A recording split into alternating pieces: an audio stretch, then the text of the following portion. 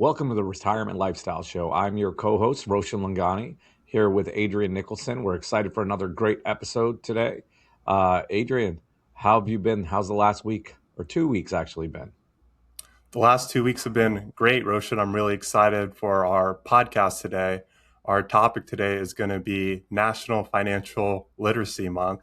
I think this is an exciting topic, one we've never covered on the Retirement Lifestyle Show, and we've been recording podcast episodes since 2019. I'm just shocked we've never talked about this episode. I actually didn't know April was National Financial Literacy Month. Roshan, have you ever heard of this before?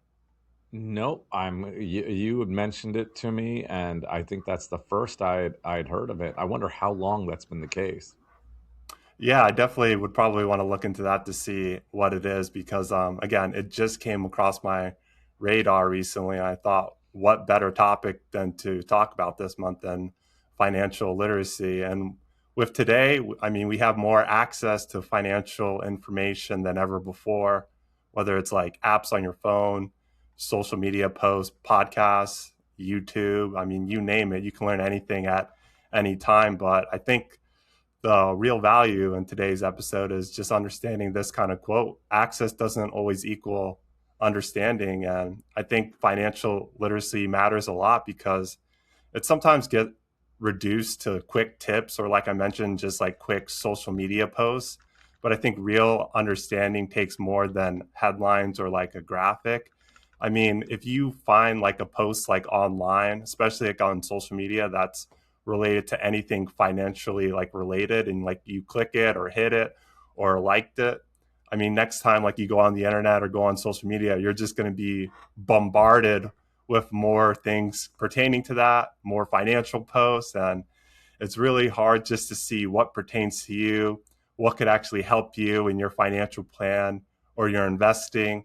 So I think that's going to be a good place to start today. Just really understanding the importance of financial literacy, really understanding concepts rather than definitions to really help you, take control and achieve your goals when it comes to your finances. Yeah, and a quick couple background on this because I looked it up as you mentioned it. 2000 is when the Jumpstart Coalition for Personal Financial Literacy expanded what used to be Financial Literacy Day into the month, and it's called Financial Literacy for Youth Month. And in 2023, the Senate designated April as Financial Literacy Month, so it's been around for a while. As you were mentioning it, I was just curious as to what percent of Americans are considered financially literate, and give you the stats on there. It says 50 to 57% based on studies in 2024. So that's very recent. Only 36% of adults can correctly answer questions related to financial risk. It's the highest amongst baby boomers, financial literacy of 71%, and lowest amongst Gen Z, 38 to 42%. Impact of income, households over 100,000, 74% of households over 100,000 are financially literate versus those making under 50%. Under 50,000, only 50% are financially literate. 35 states require students to have a personal finance course, up from 23 in 2022. So that's a good trend. Um, so a couple things just with the data I shared, that to me it seems sort of obvious. The older you are, the more financially literate you are. Boomers being 71% literate versus Gen Z being 38 to 42. The higher your income is, the more you're financially literate. 74%, over 100,000. That makes sense, and I really like the trend of states teaching it in high school. To me, though I didn't know Financial Literacy Month was April or was a thing at all until you had mentioned it. I have thought for years that we need better financial education at earlier levels in school, and now this talks about 35 states require high school students to take a personal finance course, which is great. It's not all the states, but it's up from 23. Um, I have had in my children's school, where they're in Fairfax County in Virginia, and I believe it's in sixth grade. where they actually had a financial literacy course, and I remember they had a course on and I remember arguing with my son about it. It was either fifth or sixth grade, where the one of the questions was, in which instance should you use a credit card to purchase something, and it was what they were going for was, purchase it for higher ticket items, and I said, I disagree. Have the cash available, purchase it with cash, and if only use the credit card if you can pay it off in the same month. So I get what the teacher was going for, and I remember him answering the question, and I was like, "Your teacher's wrong." And uh, I, I to me, that question in particular needs to have additional information of, you pay up the credit card every month, or have the cash to do it versus just saying the purchase. But that's getting specific into that course, Adrian. I'm sorry I took us on a very long tangent there. No, that's good because that kind of leads into two things I want to talk about. I mean, I graduated high school in 2014, and the only time I was really exposed to anything like financial related or personal finance during my like 12 years of education, going from elementary school to high school, was probably, I think, in my sophomore or junior year. They taught us to how to balance checkbooks, which is kind of funny because nobody Nope. my age or my generation really does that anymore. But it definitely seems Adrian, like I need to interrupt. When's the last time you wrote a check? so when I moved off campus my junior year at university, I lived in a house with like three other guys. And the way we would pay rent is I would write a check, go to the local bank, and deposit it into our landlord's account. And ever since I moved out of that place back in 2019, I've never dealt with checks So, ever again. So it's been a so the very last time long you, time. 7 years since Yeah, you and wrote. I was All right, not balancing a checkbook at all. I was just writing a check and then that was it. all right, please continue. So some of the coursework might be antiquated. Hopefully, they've moved on since then. Yeah, exactly. But you are seeing younger generations now be more interested in finance and investing. So you're definitely seeing that trend now where in schools and education systems starting to push that a little bit more, trying to get them to understand that. So that's definitely great. And then one of the other stats that you brought up is something that I looked into and researched as well and saw the biggest gaps in people's understanding when it comes to financial literacy. There was really two areas. That's investing and risk. So risk, like how not to lose money, and investing, how to make money. And these are the exact areas that sometimes matter the most when it comes to long term financial success. Understanding risk and investing. I mean, this impacts everything, whether it's retirement, investments, when to take a pension or social security, insurance decisions. I mean, these are not small decisions and they shape your entire financial future. So that definitely concerned me a lot, knowing that a lot of people don't really understand these areas a lot when it comes to investing and risk. And I think that's why this topic is just really important that we're discussing today because that's something that impacts people's financial future. And financial literacy isn't about knowing everything. I mean, it's really about what I talked about at the beginning of the podcast. It's about understanding the key concepts well enough to make confident decisions. I mean, I remember 2 years ago when I was studying for the CFP exam, and like my mentor and proctor was like, this exam is going to be very tough. But what you need to understand is you just can't know definitions. You really need to know the concept. It's not like you need to know like 360 everything about a certain area in finance, whether it's personal finance, investing, risk, taxes, estate planning. You don't need to know like everything about a certain like term or topic, but you have to know enough to make that confident decision. You just can't really have a surface level understanding of these things because it can really come back to bite you. Yeah, that I remember taking the CFP. It's been a while for me as well, though. But it was a lot of casework, so you need to understand the concept. Getting back to the financial literacy month, I looked up targeted topics by group. It go through it by age. But before we jump into those, did you have anything specific you'd want to share, or you'd want people to know to make sure they're financially literate? Well, I think one of the values of like understanding like financial literacy month is like it definitely can cause a lot of stress when it comes to people's finance. In our experience, sometimes the most stressed out people financially aren't the ones with like the least amount of money. They're the ones who don't feel confident about their decision. And that's why we always say at the end of the podcast, like take control and achieve your goals. And you got to just think, why does that really happen? It's because uncertainty. That's the reason why it causes a lot of stress in people's lives. When you don't know if you're doing the right thing, everything feels risky. And something we talked about too on previous podcasts, like behavioral finance, sometimes analysis paralysis, the opposite end, where if you overanalyze something new that you just figured out, it's hard for you to make a decision. But also on the other end, if you don't know a lot about a certain area and finance, it could be hard to make a decision, or you could be putting yourself in a very risky situation. I think that's really the heart of Financial Literacy Month on when I was doing a lot of my research and prep for this topic today.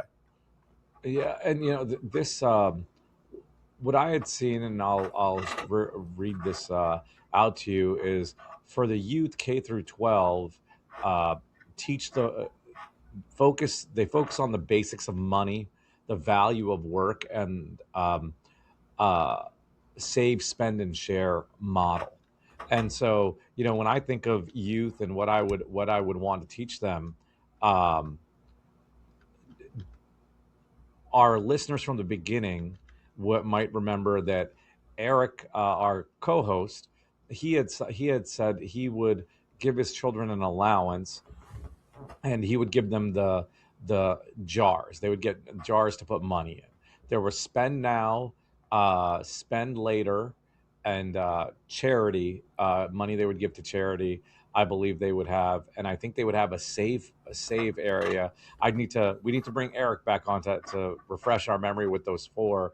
But I thought that was a great idea, right? Having those mason jars with, put money that you'll spend now, put money that you donate to charity, put money that you'll spend later, and put money that you'll set aside that you'll save. I thought that's great. Now this save, spend, and share model is very similar. Save, set aside money for long-term goals. It teaches delayed gratification. Spend money, that's money that you can buy whatever you want, and share is dedicated to helping others. So very similar to Eric's. I think he had the fourth, which was the save later. I like all of those areas. In particular, I think the delayed gratification is important, especially with there was bringing another personal story into it. My son had, I don't remember what it was. He had asked for something, and then he was like, "Well, I'll buy it myself." And I said, "With what money?" And he was like, "Well, can you buy it for me?" It was something that was going to expire or whatever, and then I'll work for it later. And I was like, "We don't do credit." You if you have the money, you can get it. If you don't have the money, you're on your own. Um, I didn't expect to be as talking about so much anti-credit in the early part of this conversation as it is, but I think it's very important to avoid getting into debt.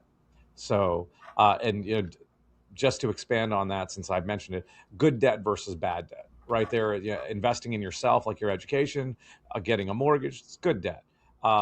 Credit card debt, buying a cup of coffee for $5. That's a separate topic. Buying a cup of coffee for $5, putting it on a credit card, paying it over a few years, and then that one cup of coffee cost you $10. That's bad debt, right? So I'm definitely against bad debt, and that's not in the core for what they teach the earlier ages. Just that's for future ages, which we'll get into. Adrian, going back to where we started on this for the youth K through 12, um, do you have anything you would add? Once again, the target topics were teaching the basics of money, the value of hard work, and save, spend, share model. I think just adding an extra level onto this, and this would be a little bit more complex. I don't know what age you would teach this at based on like, you're talking about the story of your son Eric in that jar story of save, spend, and give, or whatever that was. But I think it Share. would be Mhm. share. Yeah, share is understanding the time value of money. A dollar today has more potential than a dollar later. because it has more time to grow and compound. I mean, this is why starting early sometimes matters a lot, and even small amounts can build into something meaningful over time.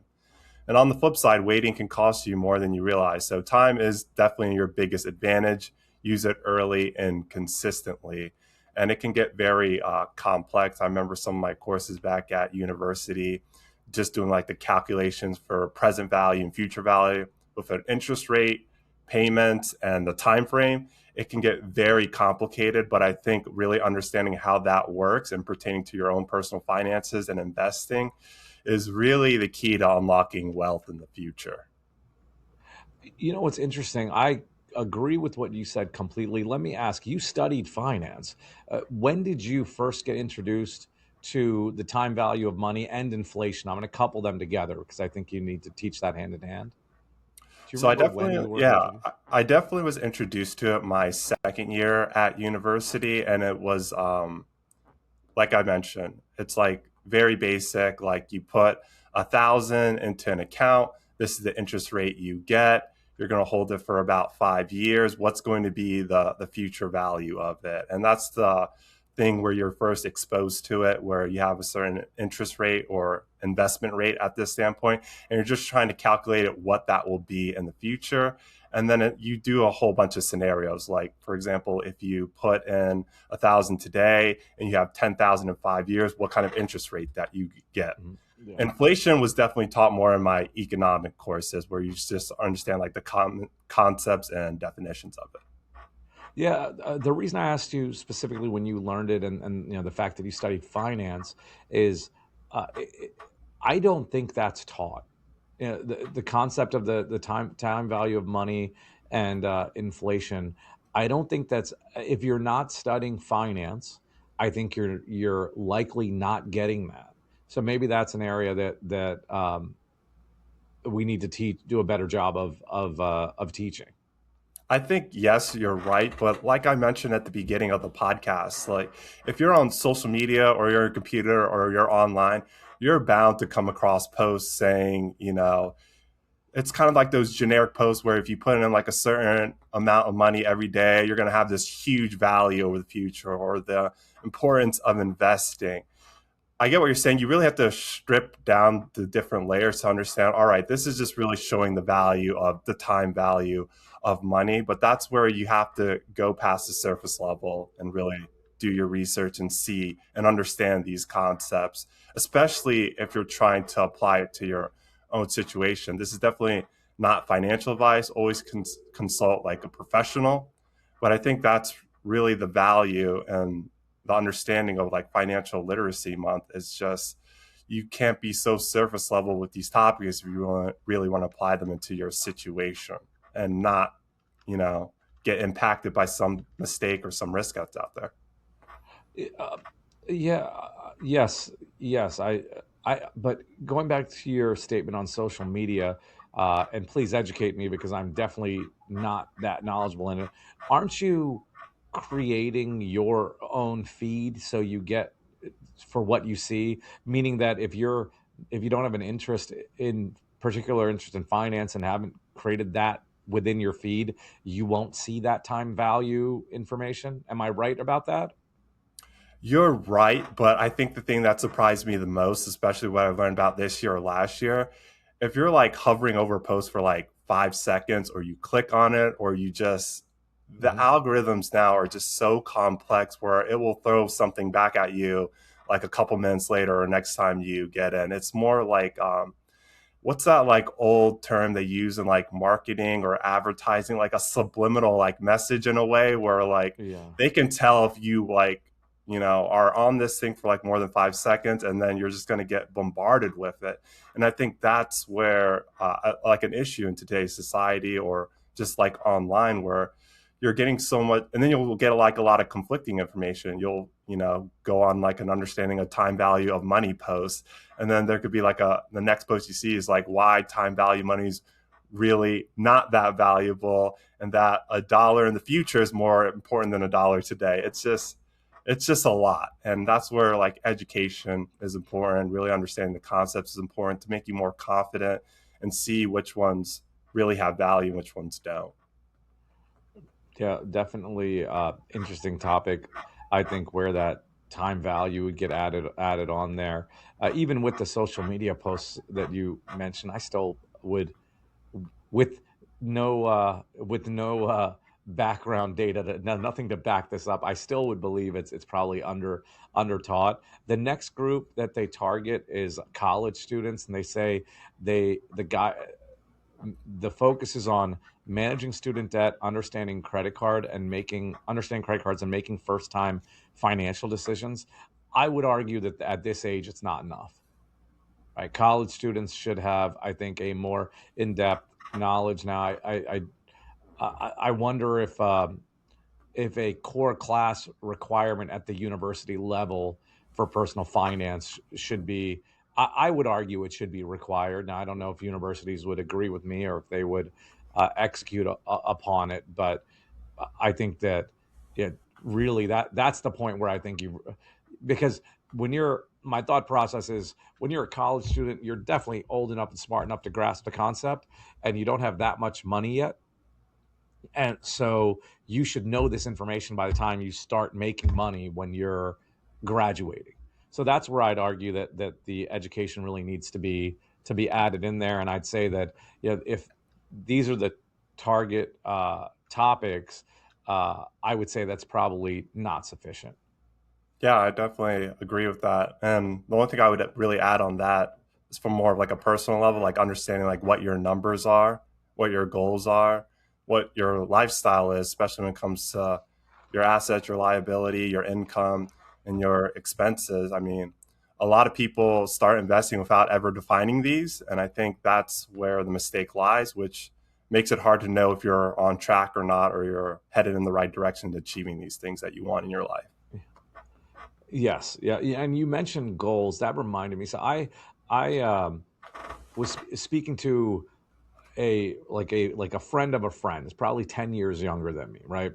And you just randomly ran into each other having a conversation, and he was telling me, you're in finance. I'm trying to retire in the next 5 years with $5 million. And I know he owns a business. He's a very smart guy, successful business owner. And so I asked him, I was like, well, are you planning to sell your business? He was like, no, I'm not going to sell the business and retire, but I want to be able to retire in 5 years with $5 million. And so then, we just start going through the numbers, and I remember telling him what he's got to save towards that, and he was like, no, I'm not doing that. I can't do that. It's like, well, then how are you going to do it? Right? And this is someone that's, like I said, a smart business owner.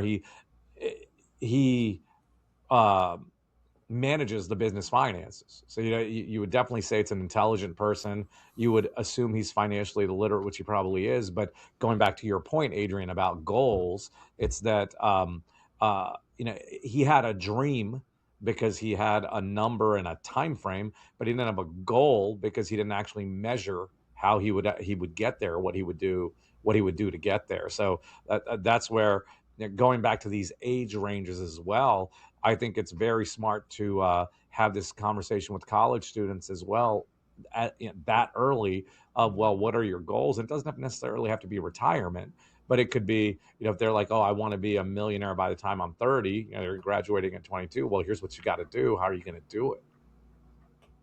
Yeah, I mean, I definitely like that example and that situation that you had. And it definitely makes me think of like knowing the different types of accounts out there as well. If you're talking about like educating really like the youth out there, I think knowing the different, you know, investment tools or different type of accounts is like really important, whether it's a Roth IRA, traditional IRA, 401k, 403b, a TSP, a health savings account. I mean, these aren't just labels. They each have different rules and different investment options. Some give you tax breaks today, others give you tax free income later. So, understanding this early on is super valuable to creating long term wealth that I mentioned before. Yeah, and this is what you mentioned right here in the target topics by group that they focus on. That's adults. They say advanced topics like tax planning, retirement account types, and estate planning. Now, adults is a very vague range. This is where I'd say I think having a core class on this, probably done the senior year in college, is the way to go, because once you get to your first job and now you're filling out forms for your medical insurance, disability insurance, 401k plan, and yet people don't know what to do. I've countless times met with clients that were working for 20 years at the same company, same job. I've actually most frequently seen this with government employees, and their money had been in government bonds since day one, right? Wow. And you just think about the opportunity lost in those 20 years. And when I ask, well, why did you select this? They're like, I didn't. When I started here, that was a default, and I just never changed it, never did anything about it. So I think they had good intentions. It just wasn't a top priority for them at the time, and it was probably a foreign language. Yeah, seeing the questions on the sheet. So that's where yeah, I didn't expect to have a stance or a position on any of this, but that's where I think my personal conclusion is I would advocate for a required class for graduation being a personal finance class in college. I mean, that definitely would be, I mean, excellent. I mean, the example that you just talked about is sort of the set it and forget it approach. And we have had a podcast before on behavioral finance. I think that probably is a topic that a lot of younger people really would be very interested in. I mean, one of my favorite courses in high school was psychology, and that plays a big role in behavioral finance and see how people, make money decisions based on their background, their upbringing, their situation, I think can really pique a lot of people's interest and get them, you get one interested in one area of finance that leads you to another one where you start becoming more financially literate with, enjoying certain topics or areas that you're interested in. I think that's always great and a good starting place. Yeah, I definitely agree. And there's one thing too. I'm not sure if you recall this. It's like kind of like the four like phases people go through as well. It's like accumulation phase where like your high income, distribution phase, like when you're starting to spend. That's also something too that we could probably talk about on a previous podcast that kind of really plays into some of the topics that we talked about as well today. But I think that's something too to just note and talk about that maybe people can also look into as well that impact people's personal finances and investing journeys. Yeah, I think being knowledgeable of what those phases are would be helpful. But that's those are those labels, those groups. To me, um, you almost already know if you're in that group anyway, right? Like you're accumulating money, or you're at the phase where you should be accumulating money while you're working, and then yeah, when you're distributing in retirement that's the phase you're in. I don't see any negative to knowing that at all. That's not what I'm saying. It's just that I to me that the label isn't as important as the action. The action being when you're in the accumulation phase, you should be accumulating, right? You should be saving. Okay. Yeah. And then I think I have a better one then. Having like a typed up or written plan. I think this goes across like all ages. I don't care how young you are. I mean, you can have like a plan or a strategy typed up or written down for pretty much anything, especially when it comes to like your finances or saving money or getting more advanced saying investing. I mean, this sounds simple, but most people don't do it. A plan that doesn't have to be that complicated. It just needs to be clearly outlined and your goals and what the next steps are. And I think a typed up or written down plan creates accountability, direction, turns ideas into action. I think this is a very valuable thing for pretty much all age ranges. And if it's not written down, it's not really a plan if you think about it. So having it typed on your phone or written down on like a sheet of paper is a great way to start off your financial literacy month. I completely agree. That I think when you get two financial planners on a podcast, I think we'll agree on for sure. I wish I could remember the data behind this, but there's that old study for what percentage of people accomplish goals without a plan versus with a plan, and the number is different. It's startling the difference on I accomplish. I'm looking this up for us because I really think it's worth sharing.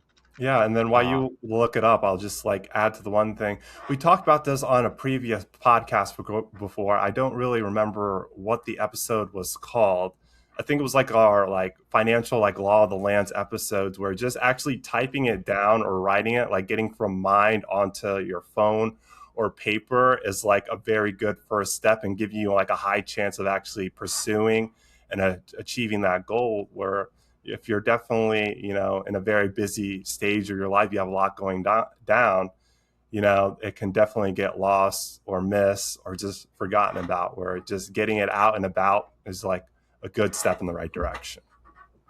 Yeah, completely agree. I found the numbers. 76% of people with the plan, you have a if you have a written plan, you have a 76% success rate, a 43% success rate for those who don't. So to Wow. Yeah. me, if you if you don't have a plan, it's a coin toss, right? It's you want do you want to risk your retirement or financial future on which way the coin lands, whereas the odds are heavily in your favor when you do have a plan. Now this is for all goals, so I think expanding that to any goals you have, having a written plan is worthwhile.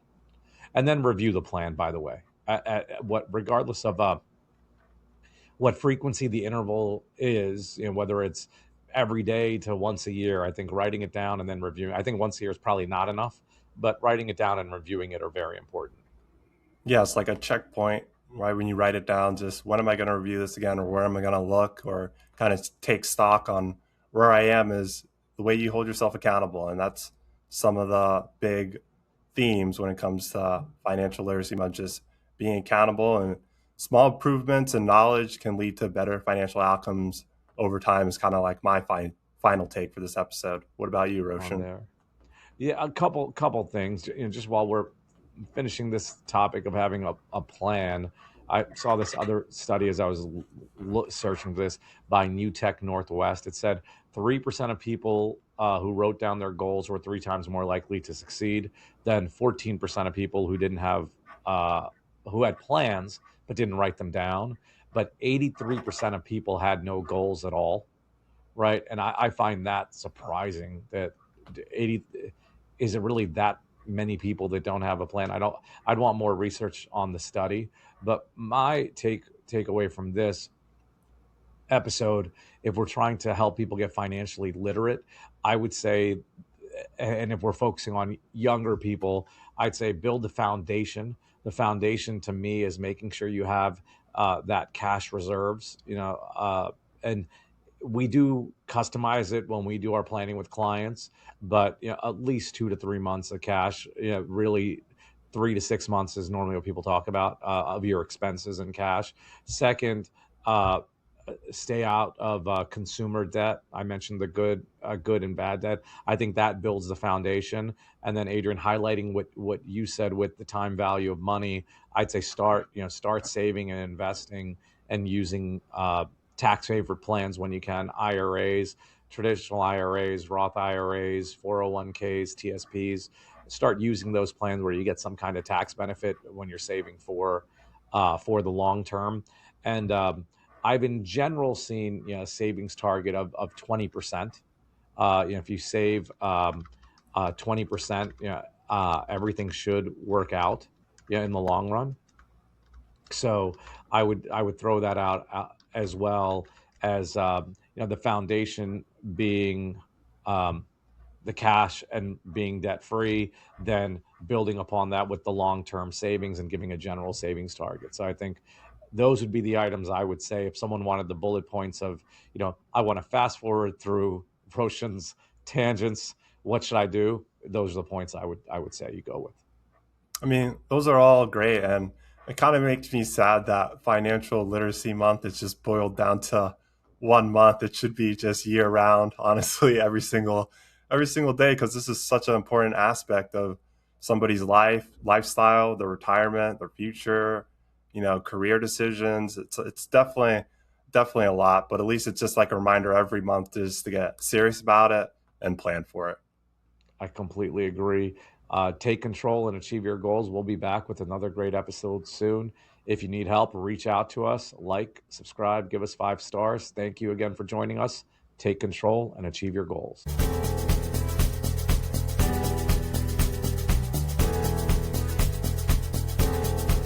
Schedule a conversation with Roshan, Adrian, or Eric today at retirementlifestyleshow.com. Roshan and Eric are certified financial planner practitioners. They, along with Adrian, are investment advisor representatives and serve clients across the U.S. with financial planning and investment advice through Arete Wealth. If you found this show helpful, gained knowledge, or enjoyed the time you spent with us, tell your friends and leave us a 5-star review. This will help others discover the show. To access our show notes, to download any of the tools mentioned in today's podcast, to ask us a question, or to schedule a conversation, go to retirementlifestyleshow.com. All opinions expressed by podcast hosts and guests are solely their own. While based on information they believe is reliable, neither Arete Wealth nor its affiliates warrants its completeness or accuracy, nor do their opinions reflect the opinion of Arete Wealth. This podcast is for general informational purposes only and should not be regarded as specific advice or recommendations for any individual. Before making any decisions, consult a professional. The show hosts offer investment advice through Arete Wealth Advisors, LLC, an SEC-registered investment advisor, and securities through Arete Wealth Management, LLC, member FINRA, SIPC, and NFA. Finally, our music is The Chance by Jason Shaw and Audionautics.